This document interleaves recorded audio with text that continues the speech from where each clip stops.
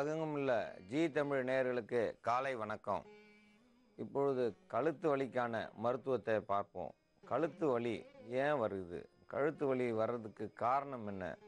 நாம் உடலில் சத்துக்கள் குறைஞ்சு இருப்பதாலும் நம்மளுடைய இரத்தங்கள் குறைந்திருப்பதாலும் கழுத்து வலி ஏற்படுகிறது. பஸ்ஸில் பயணம் செய்யும் பொழுது கழுத்து சாய்ந்து இருக்கும் பொழுது கழுத்து பகுதியில் கம்பிகள் படுவதாலும் அந்த கழுத்து வலி வருகிறது. இப்பொழுது தொலைபேசி மூலம் பேசிக்கொண்டு பைக் ஓட்டுகிறார்கள், இருசக்கர வாகனம் ஓட்டுகிறார்கள். அவர்கள் ஒரு சைடு தலையை சாய்த்தவாறு அந்த செல்போனில் பேசிக்கொண்டே செல்கிறார்கள். இதே பழக்கத்தில் இருக்க கழுத்து வலி, கழுத்து அதே போலே சாய்ந்து கொண்டே இருக்கிறது. தலையணை 2 தலகாணி வைத்து படுப்பார்கள், அவர்களுக்கும் கழுத்து வலி வரும். தலையணை இல்லாமல் படுப்பவர்களுக்கும் கழுத்து வலி வரும். ஓரளவு தலை தூக்கமாக வைத்து படுத்தால் அது நல்லது. இதை விட்டுவிட்டு நாம் எந்த நேரமும் 2 தலகாணி வைத்து படுத்தால் கண்டிப்பாக கழுத்து வலி வரும். கழுத்து வலி வருவதற்கு காரணம் உணவு பழக்கங்களும் தான். இரத்தம் பற்றாக்குறையால் எந்த பக்கம் நாம் சாய்ந்து படுத்தோமோ அந்த பக்கத்திலேயே நாம் கழுத்து பிடித்து கொள்ளும். கழுத்தை திருப்பி சுழற்றுகிறோம் என்று சுழற்றும் பொழுதும் கழுத்தை இருபுறமும் ஆட்டும் பொழுதும் சிலருக்கு அப்படியே கழுத்து பிடித்து கொள்ளும். இந்த கழுத்து பிடிப்புக்கு ஆன மருத்துவம், அந்த கழுத்து பிடிப்புக்கு எண்ணெயை நாம் தயாரிப்போம். இதில் வாத நாராயண இலை ஏனென்றால் இந்த வாதம் எல்லாத்துக்கும் இந்த நாராயண இலை நல்ல பலனை கொடுக்கும். இதில் கழுத்துகளில் நரம்பு மண்டலங்கள் அனைத்திலும் இந்த வாத நாராயண வேலை செய்யும். இது பெரிய பெரிய காய்களாக இருக்கும். இது ரோட்டோரங்களில் அதிக அளவு எல்லா பகுதிகளிலும் கிடைக்கக்கூடியது இந்த வாத நாராயண இலை. இதோடு சேர்த்து வேப்பலை ஏன் எடுத்துக்கிறோம் என்றால், வேப்ப இலையினுடைய தன்மை நரம்புகளை சூடாக்கி, நரம்புகள் குளிர்ச்சியாக இருக்கும்போது தான் கழுத்து பிடித்து கொள்ளும். நரம்புகளை சூடாக்கி நரம்புகளை புடைப்பு இல்லாமல் நேராக்கி சுருண்டு கிடக்கும் நரம்புகளை நேர் செய்வதற்கு இந்த வேப்பலை பயன்படுகிறது. கழுத்தை ஆட்ட முடியாமல் இருப்பவர்களுக்கு இந்த ஆடாதோடா இலையை நாம் பயன்படுத்தும் போது ஆடாத இடத்தையும் ஆட வைக்கும். அதற்காகதான் ஆடாதோடா இலையை நாம் பயன்படுத்துகிறோம். ஆடாதோடா இலையை எண்ணெயில் பயன்படுத்தும் பொழுது கழுத்தில் உள்ள நரம்புகள் மட்டுமல்ல, எந்த இடம் ஆடவில்லையோ அந்த இடம் ஆடுவதற்கு ஆடாதோடா இலையை நாம் பயன்படுத்துகிறோம். புங்க இலையை பயன்படுத்துவதற்கு காரணம், புங்க இலையில் உள்ள அதிக அளவு மருத்துவத்தன்மை, புங்க எண்ணெய் அதில் கிடைக்கும். புங்க எண்ணெயின் மூலமாக உடல் சூடு கிடைக்கும். புங்க இலையை நாம் நரம்புகளில் உள்ள இடங்களில் தேய்க்கும் பொழுது, புங்கங்காயை தேய்க்கும் பொழுது அந்த நரம்புகள் சுருண்டிருந்தாலும் நேராகும். அதற்காக புங்க இலையை பயன்படுத்துகிறோம். எந்த வகையிலும் எந்த மரத்திலும் பட்டையை எடுக்காமல் கண்டிப்பாக பயன்படுத்த முழு பலனும் இந்த இலைகளிலும் கிடைக்கும், சிறு குச்சிகளிலும் கிடைக்கும். அதனால் பட்டையை எடுக்காமல் நாம் மருத்துவம் செய்ய நரம்பு மண்டலங்கள் அனைத்தும் பலம் பெறும். நரம்புகள் பலம் பெற கழுத்து வலி குறையும். இருசக்கர வாகனத்தில் அதிக தூரம் பயணம் செய்பவர்களுக்கு கண்டிப்பாக கழுத்து வலி வருகிறது. பரீட்சை எழுதும் சிறுவர்களுக்கும் பெரியவர்களுக்கும் அனைவருக்கும் கழுத்து வலி வரும்.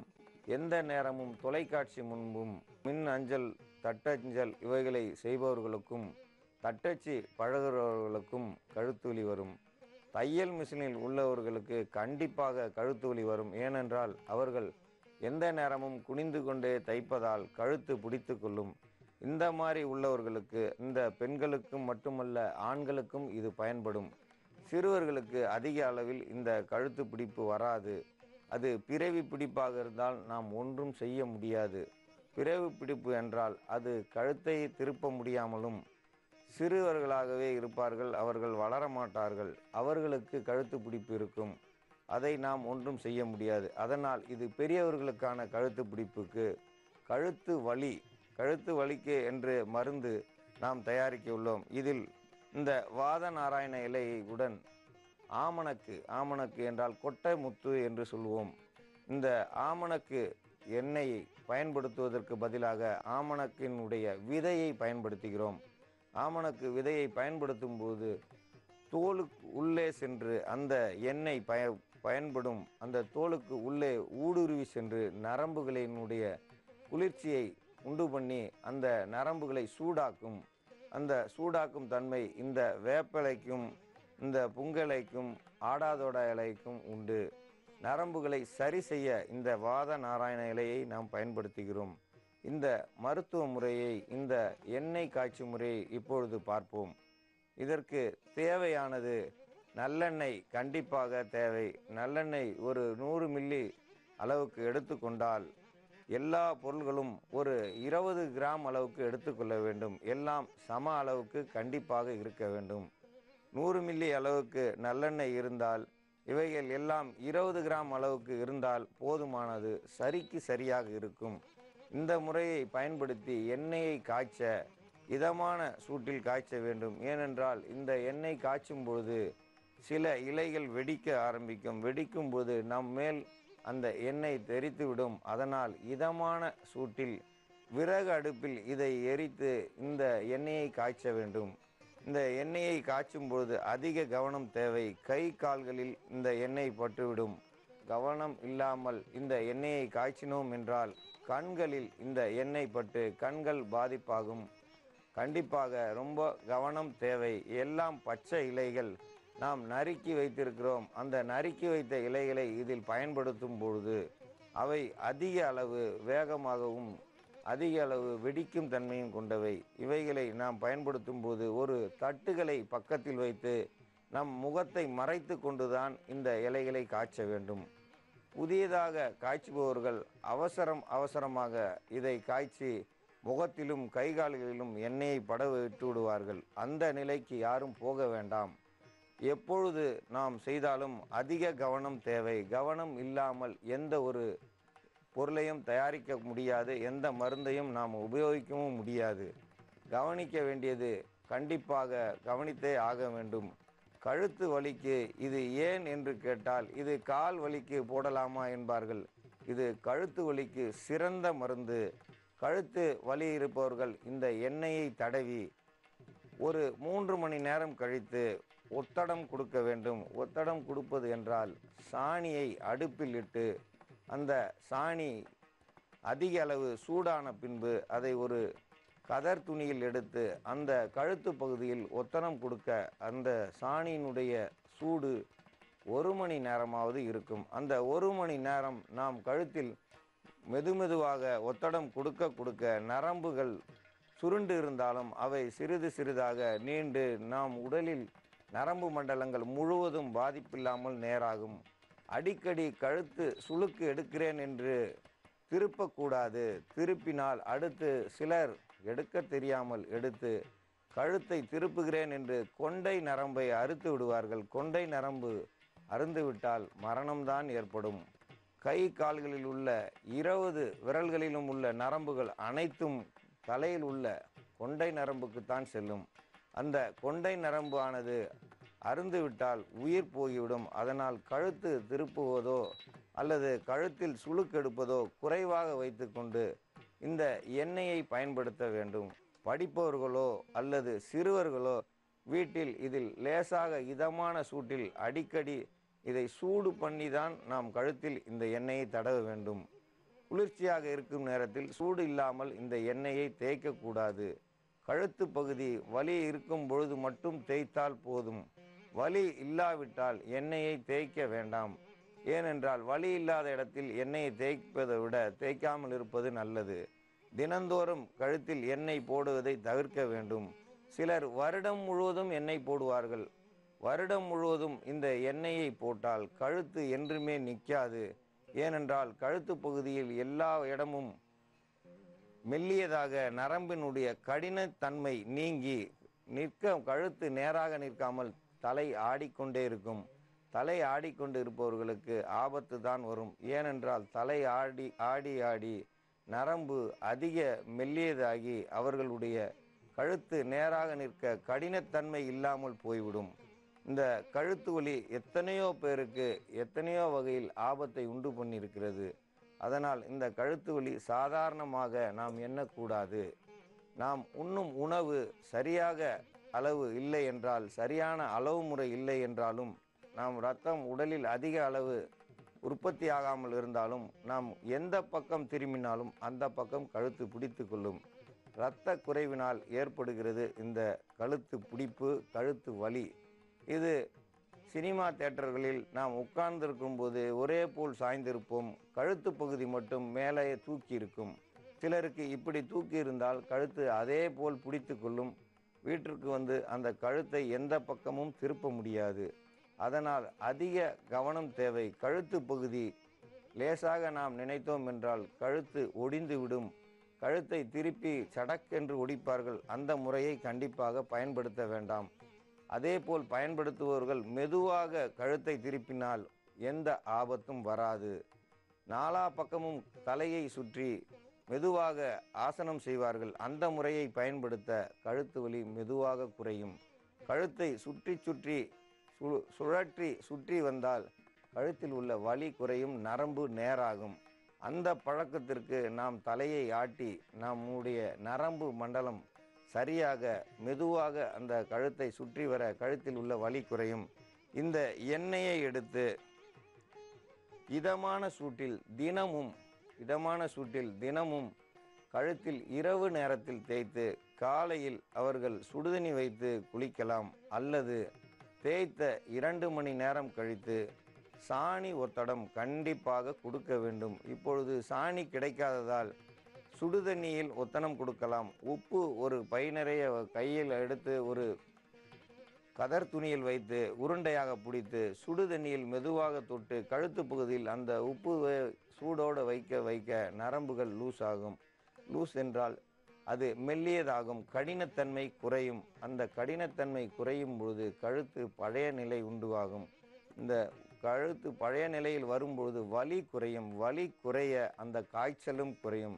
காய்ச்சல் இல்லாமல் இருக்கவும், நேராக இருக்கவும், சிலர் நேராகவே செல்ல முடியாது. கழுத்தை ஒரு பக்கம் வைத்துக்கொண்டு இருசக்கர வாகனத்தை மறுபக்கம் ஓட்டுவார்கள். அவர்கள் எந்த பக்கம் வருகிறார்கள் என்று எதிரே வரும் நபருக்கு தெரியாமல் நேரடியாக விபத்து ஏற்படும். ஏனென்றால் நாம் உடல் ஒரு பக்கமும் தலை ஒரு பக்கமும் வைத்து ஓட்டுகிறார்கள். அது அதிக கவனம் தேவை. கழுத்து வலி உள்ளவர்கள் கண்டிப்பாக வாகனம் ஓட்டக்கூடாது. படிக்கும் சிறுவர்களுக்கு இது நல்ல மருந்து.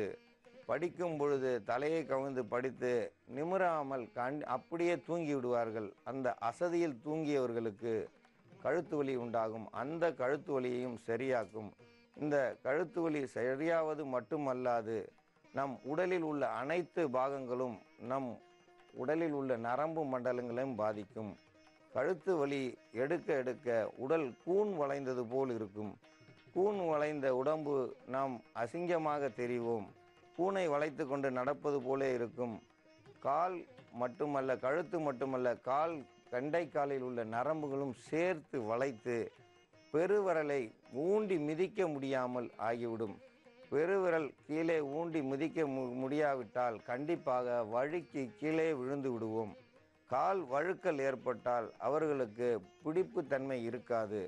பெருவிரலில் பிடிப்பு இருந்தால்தான் நடக்க முடியும். பெருவிரல் நடக்க முடியாமல் போக இந்த கழுத்து வலியே காரணம்.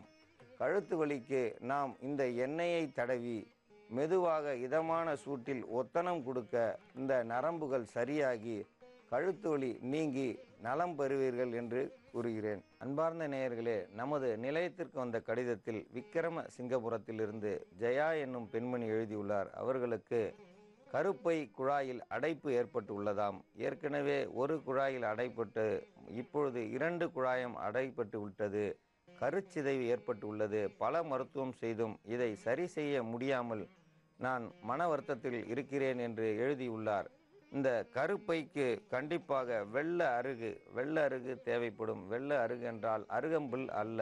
அருகம்புல்லிலே இது வேறொரு அருகு. இது சிறியதாக பட்டையாக இருக்கும் இலை, மேலே வெள்ளை நிற பூக்கள் இருக்கும். இந்த வெள்ளை அருகு கர்ப்பப்பையில் உள்ள குற்றங்களை மட்டுமல்ல அடைப்புகளும் எடுக்க வல்லது.